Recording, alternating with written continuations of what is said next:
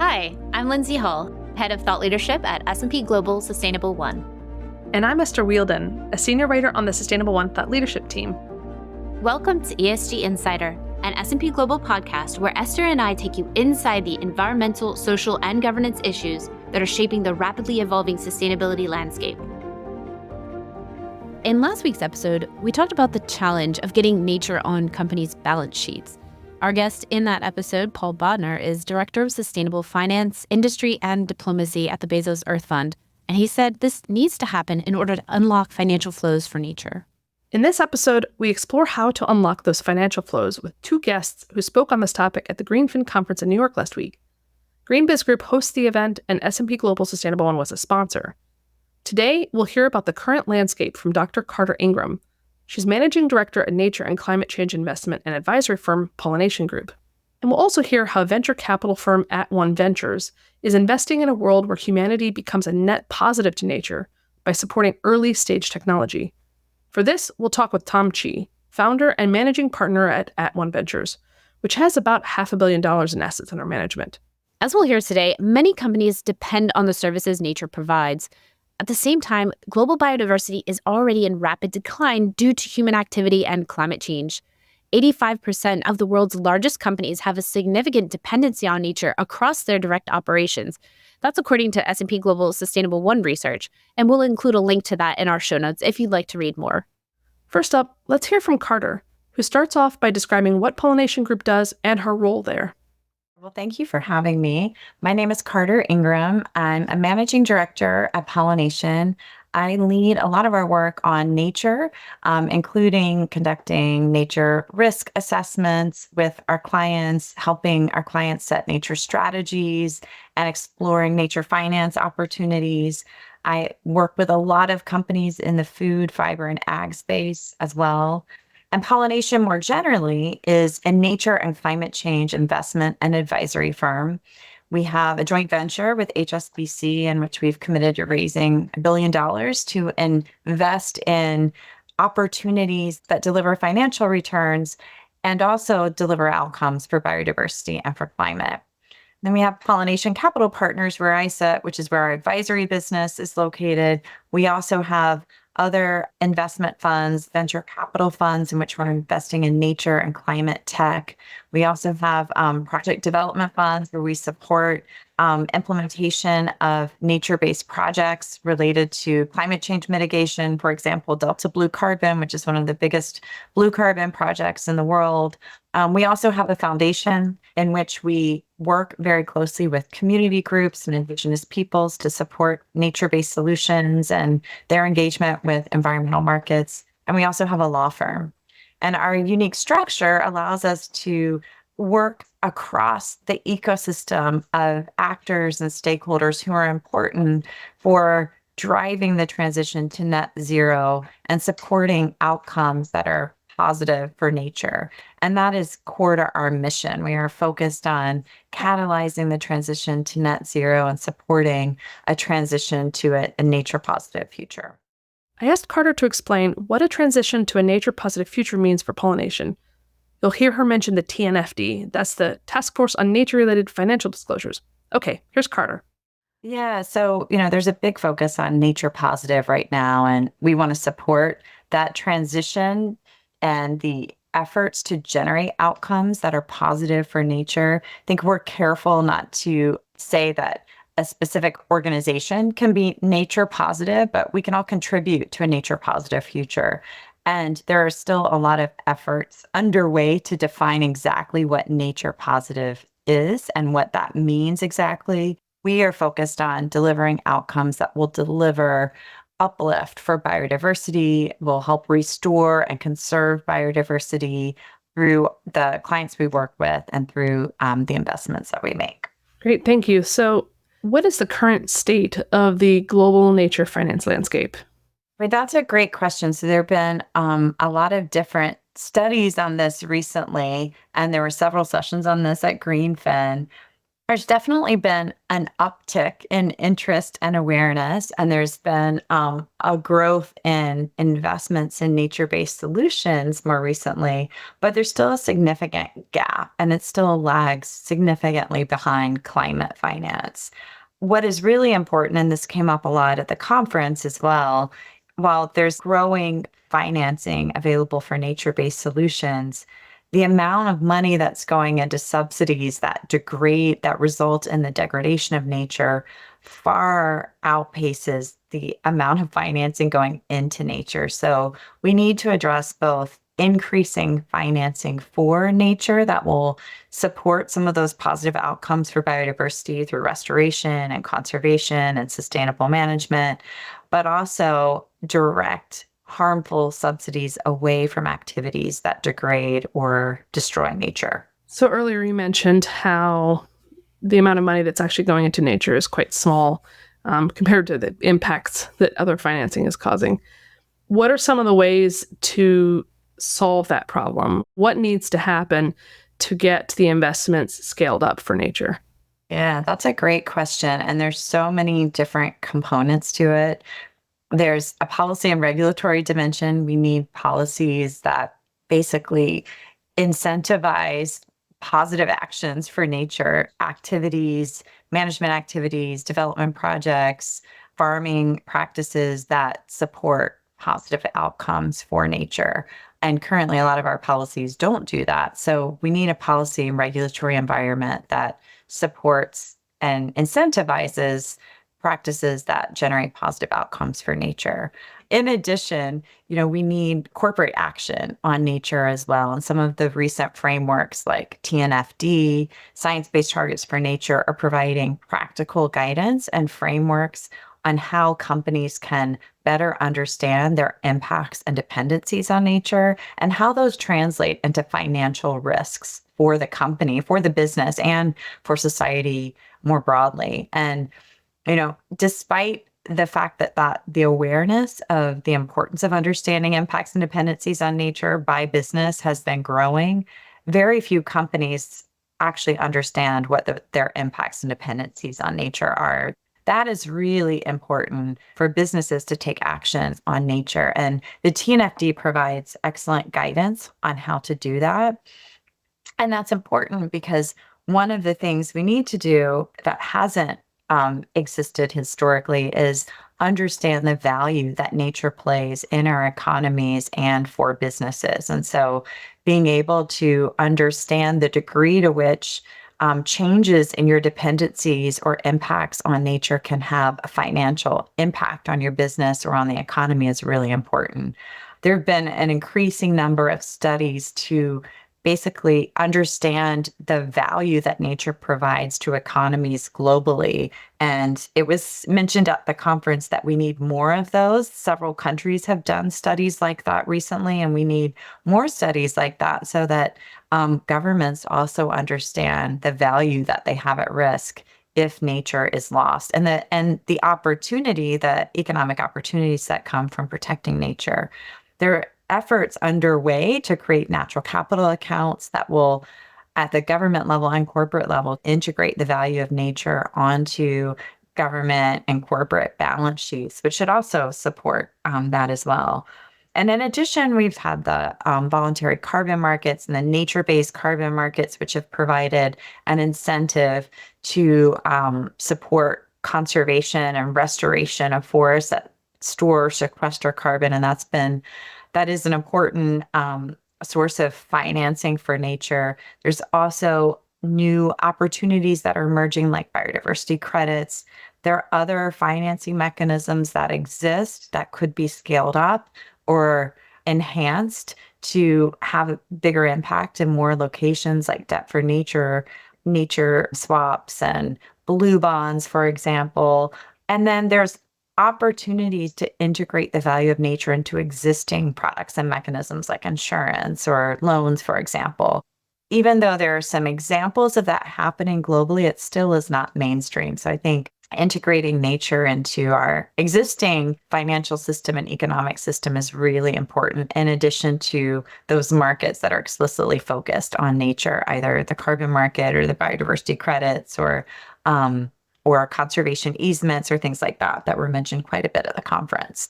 Great. So I think you've touched on quite a few themes you heard at Greenfin. Was there anything you didn't get to or you wanted to talk about before we close out our discussion? A few things that were mentioned that I think are really important is that we tend to invest in things that are often easy. There was a great keynote that said, a lot of times we invest in things that are easier to invest in when it comes to climate change, for example. It's an easier investment case when you think about like a decarbonization plant versus he used a great example of investing in beaver dam reconstruction where beavers, are amazing at creating these structures that can take sediments in waterways and basically bury them and store away all of that carbon for long periods of time. But we don't know how to pay for that or invest in that, even though that can be an incredibly effective way to address some of our climate change problems. And so this mismatch between what is currently possible to invest in, but what can give us the biggest impacts for nature and climate is a challenge that I think we all need to address and bring some of our best minds around the table to try to solve. That keynote speech Carter just mentioned was given by our next guest, Tom Chi, founder of VC firm @One Ventures. In the keynote, Tom said, quote, "The things that are easily financed and enclosed are things that are tradable," end quote. And he went on to say that people are sometimes investing in expensive low-carbon projects when nature can provide that same service. For example, he estimated that about 200 beavers could do the job of a large direct air capture project that is being built in Texas. But as Tom and Carter noted, it's harder to figure out how to encapsulate the financing for a bunch of beavers building dams. With that, let's turn to my interview with Tom, who starts off by describing the firm and his background. I'm Tom Chi, managing partner of @One Ventures, and purpose of the firm is to help humanity become a net positive to nature. And then you have a scientific background, right? Or an engineering? Yeah, so I was both science and engineering background. So I'm trained in physics and electrical engineering. I was a working physicist for 6 years. I did astrophysical research on active galactic nuclei, star-forming regions, published papers, did peer reviews, all that kind of thing, and then moved into the engineering side and built lots of things in terms of hardware, software, mechanical systems. My electrical engineering specialty is in robotics and signal processing. Named inventor on 77 patents, patented maybe 3% of what I built, 4%, something like that. So quite busy. Oh, well, this stuff is just really interesting. I find solving problems and inventing things very fun to do. So can you give us a sense of what @One Ventures, what's your size, kind of where do you focus your investments in and that kind of thing? Sure, yeah. @One Ventures does early stage investments. Our first fund was 150 million, second one's 375. We also have a follow-on fund that we're aiming to be between 100 and 150, just did first close on it. Yeah, I guess altogether we have a bit over $500 million in terms of assets under management. And yeah, the goal is to go use that to go and find the companies that have the kind of tech that can rewrite how entire industries work, right? Because the name of the game is not just getting a useful product out in the world, which is actually fine for regular venture. Regular venture, you get a useful product out in the world, a bunch of people use it, you make money off of it, life goes on. If the purpose is to help humanity become a net positive nature, well, the way that we do it is nature to us, the physicality of nature can be described in 4 physical subcomponents: air, water, soil, biodiversity. And then within each of those subcomponents, we can stack rank the industries that are currently doing the most damage to that subcomponent. So for example, over 90% of global water pollution comes from just 4 industries: agriculture, textiles, paper and pulp, oil and gas. So agriculture is the biggest one by a lot, but those are the 4. Now, if you wanted to go deal with more than 90% of global water pollution, all you need to do is change how the unit economics of how those 4 industries relate to water. The way that we change it is through something that we call the triad. The triad is a disruptive deep tech, which ushers in radically better unit economics paired with radically better environmental economics, that package of all 3. And man, there's a lot to say about this already. Like there's this mistaken belief that if something is economically better, then it must be ecologically worse and vice versa. And what we've seen from looking at, we've screened about, 6,000, 7,000 companies at this point to build our portfolios between the first two funds. What we've seen is that about 85% of the time that's not true. An example to try it is we invested in a company where the deep tech is a new type of textile dyeing machine. Because textile dyeing is where a lot of the water pollution from textiles come from. Mm-hmm. It has 2 to 3x better OPEX, right? So instead of costing 28 to 35 cents to go dye a standard length of fabric, costs us 9 to 15 cents, which actually means if you're not doing it our way, within 10 years, we're probably putting you out of business.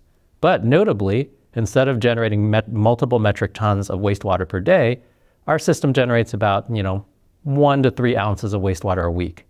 So this would take, textile dyeing from being one of the largest polluting industries on the planet to basically zero. And to the point that I was just making, the reason that the unit economics are better is the exact same reason that we have less water pollution, which is if you look at the cost structure of textile dyeing, most of the cost structure goes to heating up water. So if you use way less water to do textile dyeing, it turns out that you also make it way cheaper. Turns out that you can't actually change textile dyeing by changing the labor fraction of the cost, because textile dyeing happens in places in the world where people are commonly paid like, $50 to $70 a month. So there's kind of nowhere else to cut. Can't go any lower. Right, relative to labor cost, and not to say that that should always be the solution. And actually, this is what's great about the way that we are approaching things, because unlike a lot of venture where it's almost kind of like, what's the flavor of the month? What are the new deals that are coming down the line? Where you're not able to build a deeply accretive base of knowledge, then for us, like we know exactly what it is about textile dyeing which is causing the problem, which means we can get deeper and deeper at that thing. We can analyze the cost structure of that in a way where it makes it, apparent to us the types of technologies that could dramatically change that cost structure in a way that would also improve our relationship to nature. So you become experts in these industries. Right, we're able to get unusually deep on things. And, it is not a commonly used term outside of the industry, but I have some, colleagues that call it venture brain, which is almost like a variation on ADHD, where it's like, well, yesterday I was looking at glow-in-the-dark shoelaces, and tomorrow I'm looking at, generative AI for dogs. And you don't end up getting that deep when your, pace of work is like that. For us, the industries that have been damaging our relationship to nature are kind of the same ones for the last 50 years. It is these industries that we make the physical world out of. And it is time for us to go back to that and actually do the hard work again. We got to do the industries different foundationally. Mm-hmm. It's not just if I put a little enterprise SaaS layer or And SaaS is? Software as a service. Okay. It's a type of software that's easily funded by Silicon Valley. And that's the reason that they're choosing to do that, not because the, enterprise SaaS or software broadly is going to take care of 90% of climate. I think optimistically it might address 5%. I don't know, if you fudge it and you account in weird ways, maybe 10%. But that's basically not the main game. I'm not against the idea of any companies being funded in that space, but they're highly out of proportion right now, which basically shows that, we're not really thinking through and investing in a way that looks like we're trying to win the game, right? Like sometimes you see some folks, playing a sport and it's like, oh no, they're not really playing to win. Look at that. Look at the behavior. Like, look at how they're dribbling. Look at the passing game, like whatever, it's chaos. And we're kind of there. Right? We say that we're trying to go hit, the de-dimensionalized goal of carbon. We're fully missing it. And then we're killing a lot of things beyond that because we have, overly concentrated in this game. Does your organization, does it focus primarily on nature, or does it include a climate component as well? Or is that considered to be part of the same thing? Yeah, climate is part of nature. I think that I don't have any deeply visceral negative reaction to using the word climate instead. But the one thing I would, push back on is a lot of people use climate as a synonym for carbon. Mm. And I was like, oh, this is a de-dimensionalization of the work that is so intense that it is going to impair your work, right? So sometimes you state a problem And you want to simplify it a little bit to be able to communicate it, and that's kind of fine. But there's levels to which you can simplify a thing where you have simplified it so much, you're now working on the wrong problem. And, I was just mentioned in my talk that like, hey, people apparently care about carbon. Because of that, we're willing to go fund these, multi-billion-dollar direct air capture plants, when honestly, there's a lot of stuff in nature that would surpass its capability. And the example I gave was beavers. But that's us like fully missing it because we've dimensionalized the game into just one metric that we got to move. And then we ask ourselves like, okay, what are the things around that are the most obvious mechanical, this, then that. And once you're down that route, you're down the wrong route, right? So, I started my talk today by saying like, we're losing the battle really badly. When I say that, a lot of times people immediately move to, because we're already over 1.5 degrees C, and that's true. But that to me is an example of the de-dimensionalization, where the actual examples I gave instead of that was that WWF basically said we've kind of cleared out 70% of the wildlife on planet Earth in the last 50 years. And, recent reports on coral reef bleaching basically shows almost half the corals on planet Earth have died in the last year and a half. We're really, really failing, outside of this singular metric of carbon, and we're still failing at the carbon metric too. And this is why I push back a little bit on the de-dimensionalization, the de-nuancing of things that require nuance to succeed. We're at a green finance conference. What message do you want financial institutions to come away from what you said today and in general for those listening in on this? What do they need to do differently? I don't know if this is too radical a concept, but one thought is that there actually is no such thing as an externality. It just means that you drew your system lines wrong.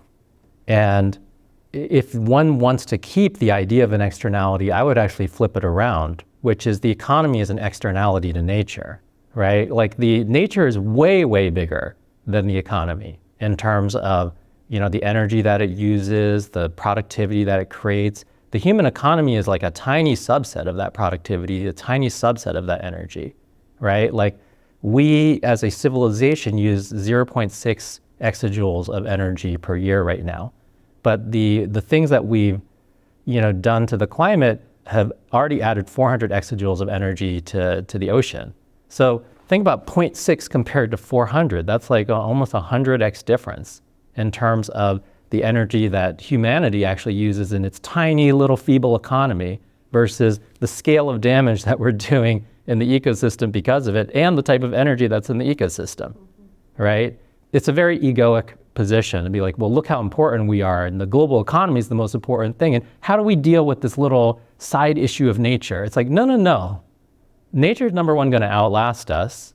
It's really just a question of whether we leave a big pockmark in the history of life on Earth, whether we drive the sixth mass extinction and wipe out 95% of biodiversity on planet Earth. And then the fossil record will eventually, show that it'll recover over about 10 million years of re-evolving different species and all that kind of thing.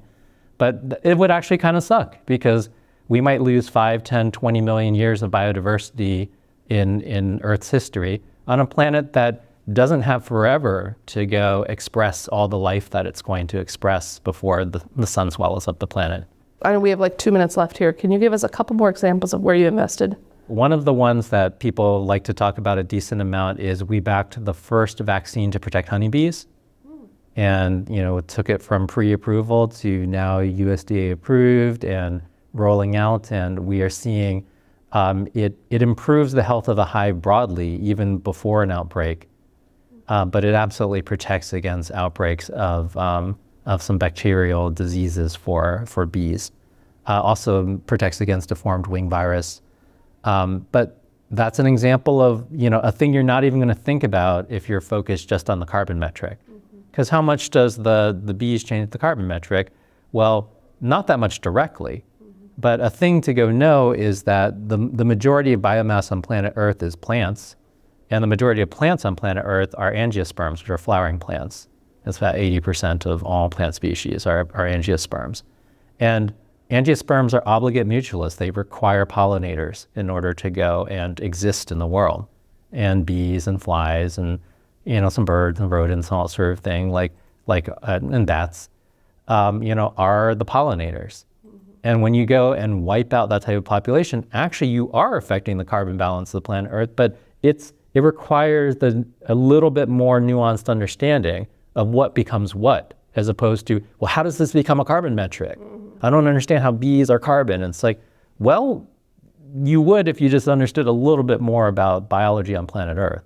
So any last thoughts before we close out? What I would say is that we need to prepare, given what time it'll actually take, even if we could magically snap our fingers and have everything repaired today, atmosphere back to what it was before in the Industrial Revolution, all that sort of thing, it would still take, 70, 80 years for the ice caps to refreeze. So I think we need to think about the repair of planet Earth as a multi-generational project that will take a couple hundred years. The purpose of our firm is to help humanity to become a net positive nature. I think the most realistic time frame that we could actually achieve that mission is between 200 to 500 years. Wow. Now that said, doesn't mean there isn't important stuff right now. Actually, right now we are basically setting the rules of the game as to whether it's going to take a couple trillion to solve the problem, 10 trillion, 100 trillion to solve the problem, right? If we do the wrong things in the next 10, 20 years, it's going to cost hundreds of trillion, and it'll get to the point where we just don't even want to pay for it. We'll just say, well, nature will die because it's too expensive to save nature. If we're able to do a lot of the important things that we were meant to do in the next 20 years, then it might just be a couple trillion. And in fact, you might save money on it because more than trillions of dollars of infrastructure would be damaged if you hadn't headed it off. And I think we're right at that cusp right now where the cost of not doing it is actually starting to substantially exceed the cost of actually fixing these problems. And it means that this is a really critical moment in history. We can still fix it. We can still turn this trajectory. And right now, it would be cheaper to fix it than to allow, $1 billion or $10 billion of storm damage or fire damage or flood damage or mudslides or heat domes or everything that we're experiencing right now. Every single time one of those events happens, that estimated another $5 billion of damage. Well, that's real money. So the idea that a $5 billion can just disappear because we didn't adapt right and the heat dome melted a bunch of infrastructure, you're like, oh gosh, we are spending the money right now. And we're spending the money to end up with a damaged world as opposed to spending the money to end up with a repaired world and a world that's on trajectory for humanity to have a lasting relationship to nature where we get to be part of Earth's history for a good long time. We're not on that track right now. Great. Well, thank you so much for talking with me. Yeah, thank you. Today, we heard how @One Ventures looks for early-stage technologies that can rewrite how entire industries work. One example he gave was how they significantly reduced how much water is needed to dye textiles, which also cuts the costs of the process. Tom also said that the decisions we make in the next 10 to 20 years will determine whether we are spending money to end up in a damaged world or one that can repair itself over time. And we heard from Carter how companies are increasingly aware that they need to understand their impacts and dependencies on nature. This is an area that S&P Global Sustainable One has been working on to help companies understand and measure. We'll include a link where you can find out more about our data in our show notes. And please stay tuned next week as we explore more key themes that I heard at the Greenfin conference. Thanks so much for listening to this episode of ESG Insider. If you like what you heard today, please subscribe, share, and leave us a review wherever you get your podcasts. And a special thanks to our agency partner, the 199. See you next time.